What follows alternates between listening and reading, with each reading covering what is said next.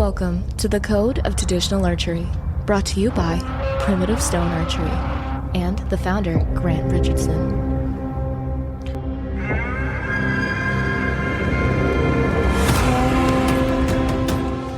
Welcome to the Code of Traditional Archery podcast. I'm Grant Richardson, your host, and a big welcome to all the new people joining us, and a thank you to those who have been following us thus far. The Code of Traditional Archery is dedicated to the efforts and legacy I was raised under with the former Ontario Bowhunters Association. Those efforts and work to create, implement, and forge the original primitive weapons and archery seasons and laws in Ontario will not be forgotten. You can find this podcast on Spotify, iTunes, Amazon Audible, or wherever you listen to your podcast. And if you like what you hear, please leave us a review. Our original intent of this podcast was to bring back traditional archery and bow hunting to an older era where hunting ability met archer, and together the two formed a bow hunter. Shooting and hunting with recurves and longbows is more popular than ever. However, the approach is much more so an art and skill set, not a product, but a process. Stay tuned for a big announcement we are so excited about regarding our audiobook, The Code of Traditional Archery, following the podcast. This is episode 23, Cottontails Were My Teachers. The morning had started overcast, and I'd been waiting until the sun had finally come out to venture into the backyard of my grandparents' property, consisting of several acres of mixed trees surrounded by wild grasslands to the southwest and bordered on the east by a red fife wheat field now gone wild and overrun on its edges by several Macintosh apple trees, choke cherries, and large clumps of juniper bush now very wild and overgrown. I had the roughly 30 acres to myself back then, prime upland cover, where rough grouse patrolled the fence line edges. A particularly beautiful rust-brown color-faced bird inhabited that woodline. And frequently after a rainy day, one could encounter a flock of ringneck pheasants cruising the wild grasses and grapes that were interspersed in the high cover as well. I was, however, on this day after the two rabbits that were frequent in this area of Ontario in my youth, Cottontails and the revered jackrabbit, really a transplanted European hare that grew to immense proportions and were extremely challenging target for a teenage boy in his recurve. I have always been an advocate of warming up one's eyes before heading afield, a routine hammered home to me by my mentor's habits and upbringing, and I'd watched a younger G. Fred Aspel warm up every day prior to heading out on a bear hunt, as well as several other folks that had an impact on my bow hunting heritage, and today was no exception. I'd made a rabbit target out of an old brown seat cushion foam my grandpa had sitting around. Using twine and scissors, I'd bundled up the foam, trimming back it into a makeshift target replete with foam ears. I shoved a coat hanger into the bottom as a stake, pirated from my grandma's linen closet. I was hitting pretty bang on and carrying 2 steel blunts for smaller rabbits and 3 older worn Zwickey Deltas for the jacks, which could run up to 11 pounds in weight. I've been tying flies for most of that morning in anticipation of casting for steelhead in an Ontario Great Lakes tributary the following day with my father. My eyes were weary from tying egg flies and some requested egg-sucking leeches from my dad. The day was crisp and now sunny, and the breeze that came through my grandparents' den windows gave off the scent of autumn fully. Only once or twice a year did I ever get a chance at hunting this property that were connected to it by land ownership. We lived almost 3 hours from my grandparents, and I would get updates on various events involving wildlife from my grandparents in between visits. They had not only been seeing ringneck pheasants, but cottontails and European hares, or jacks as the locals would call them. It was Canadian Thanksgiving weekend, October, and that meant 2 things. 1, I would get a crack at the pheasants and rabbits, and 2, the next day I would be hip deep in a fast-moving stream, trying to entice lake-run steelhead to grab my offerings. I had just 3 hours before I would be called to dinner with my grandparents as I stepped off the back porch and surveyed the fields and upland cover ahead. The late afternoon sun cast shadows amongst the crabapple trees, and oak leaves swirled across the lawn, now frostbitten by early October frosts. Walking through the openings of the back fields where I planned to hunt that afternoon, I wondered how my father was making out steelhead fishing at my other grandparents'. It was my first year hunting, and although I was eager to cast to the silver-tailed Walking Lake Run Bullets the next day, I was hoping I could bring a rabbit to our Thanksgiving dinner as well.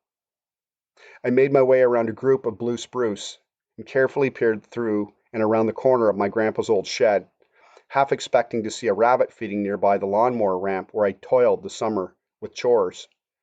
Instead, there strolled a large ringneck rooster, plain as day, right out of a Field and Stream magazine. Oblivious to my presence until I lost some balance trying to get an arrow off my old hip quiver sitting loosely on my belt. He ran into the hip-deep native grasses and goldenrod, and I too hastily gave pursuit of him, knocking an arrow and wading forward into the sun-baked fall tangles, surrounded by blackberry bushes and grapevines. No sooner had I kicked around when he rocketed up behind me and towered quickly as his kind is wont to do, leveling out and cackling at my misfortune. I wish my spaniel had been with me for that, I thought. She'd have sorted him out, but she was back home over 3 hours away and not on this trip. I pinned down the location of the bird, where he had landed, and began to make my way through the tangles to him. I'd taken 5 steps, maybe, when a brown blur ran out to my right.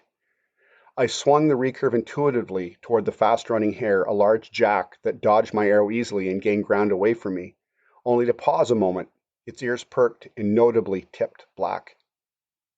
His eyes appeared wild and ancient, much different than the smaller cottontails that were also present. I began to draw a second arrow, and he bolted out well past 40 yards and ran as if he was never going to stop. At this point, I stopped. And something just told me, slow down, Grant. Glancing to the sun now hanging low in the sky, I looked back at my grandparents' house and yard, realizing I'd actually only taken 100 yards or so into the property behind their home.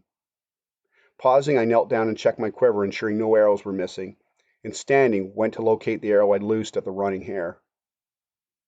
Not far from a half-buried rock sat my arrow, the autumn orange shaft laying there plain as day and intact, except for a small scar on its black cresting I painted the year prior. A wound of my own making, yet the shaft remained straight and true even with the glancing blow from one of the smaller rocks that was present. Straining ahead to try and locate the whereabouts of both hare and pheasant, I took another look over my shoulder at the sun shining onto the now red and purple blackberry leaves nearby, and plodded forward, slower now. For every step you take, my father's words echoed in my mind. Stop and count to 10, then step again. I recalled his counseling on still hunting and stalking exploits with me years before, and it rang true on this day.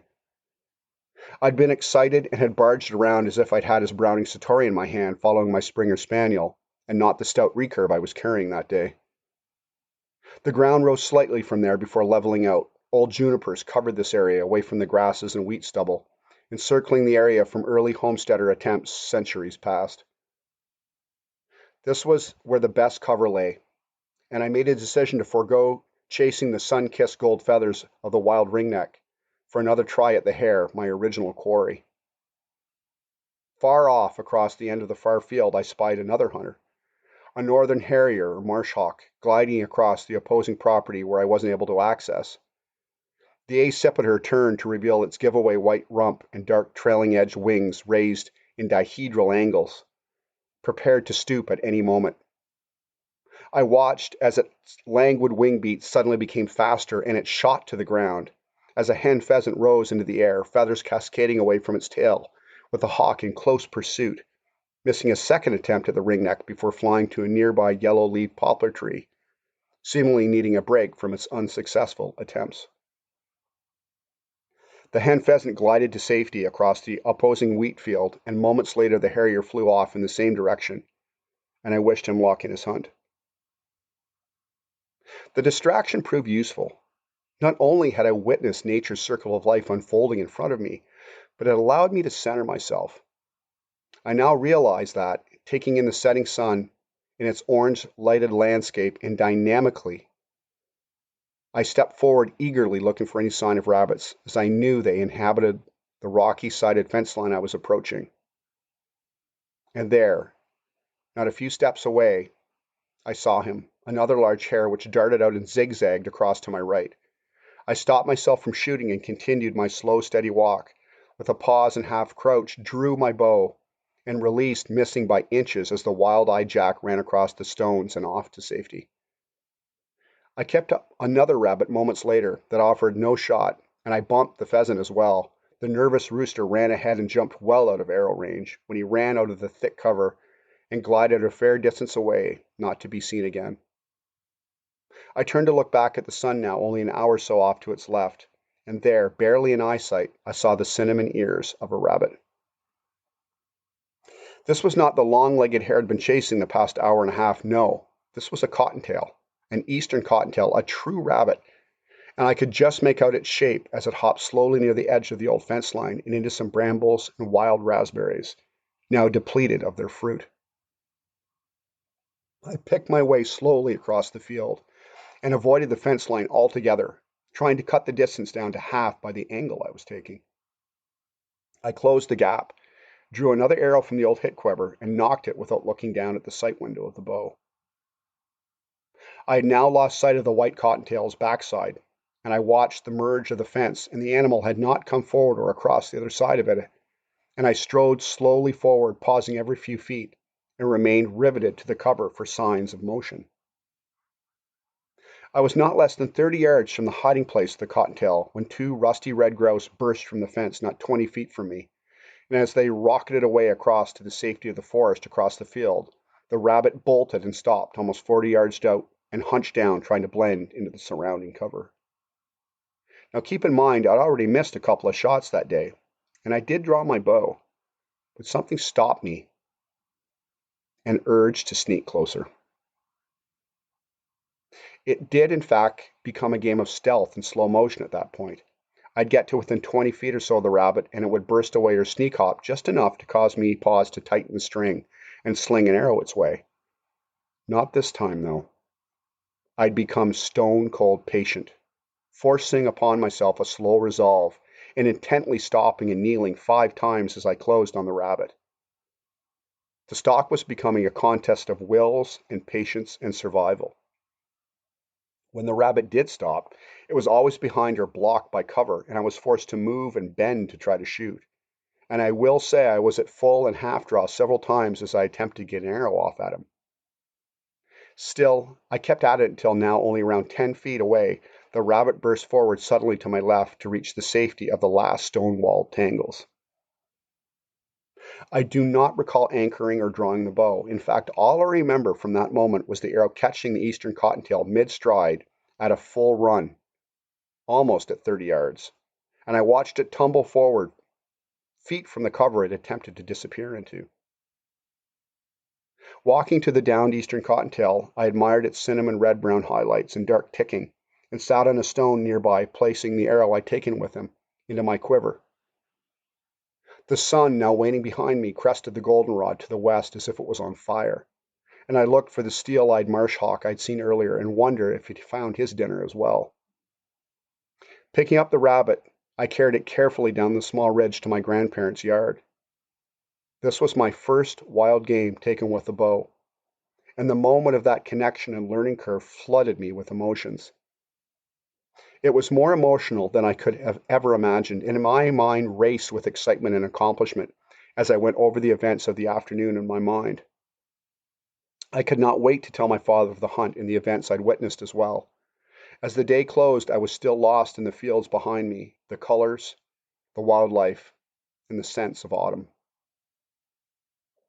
The following day, we arrived at my other grandmother's, and I was bursting for the 2-hour drive to tell my success and details of the hunt, and I leapt from the car to relay to my father what had transpired. After a few minutes, a relative nearby stopped me and said, "It's just a rabbit, Grant." It stopped me for that moment, of course, but I always wondered if that relative just did not understand I was speaking about the entire process of that hunt. Not just the kill, but all of the events, the atmosphere, and the day's hunt itself. And it seemed to me in my teenage years that that uncle in question was trying to discount the events and the significance of them, and of course the rabbit as well, and my experience. My father shook his head and continued to listen to me and asked me again about the hunt while we headed out later that day to drift streamers and egg flies to eager steelhead. I will never forget him wanting to hear every detail again. And I'm sure I talked about it at length many more times and recounted it and its details more than I can recall.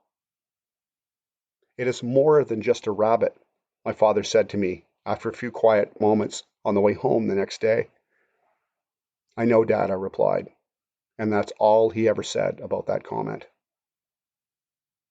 Years later on social media, I recently congratulated a well-known bow hunter on a wild turkey taken with traditional gear, a feat that is no easy task, and one I wholly embrace with my recurve every spring and fall when I get the chance.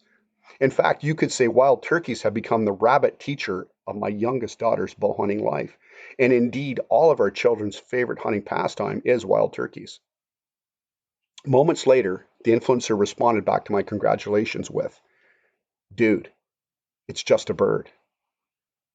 I have never understood that in all my life why someone would just make a living creature whose life they have taken for food, especially in a hard manner of hunting with a traditional stick bow, into a matter of insignificance. Which begets the question of why that person hunts in the first place and why they showcase their successes as well. For likes, comments, for followers? These are questions for that individual, and I don't get it, frankly, but I will leave the question remark for you, the listener, to ponder for yourself.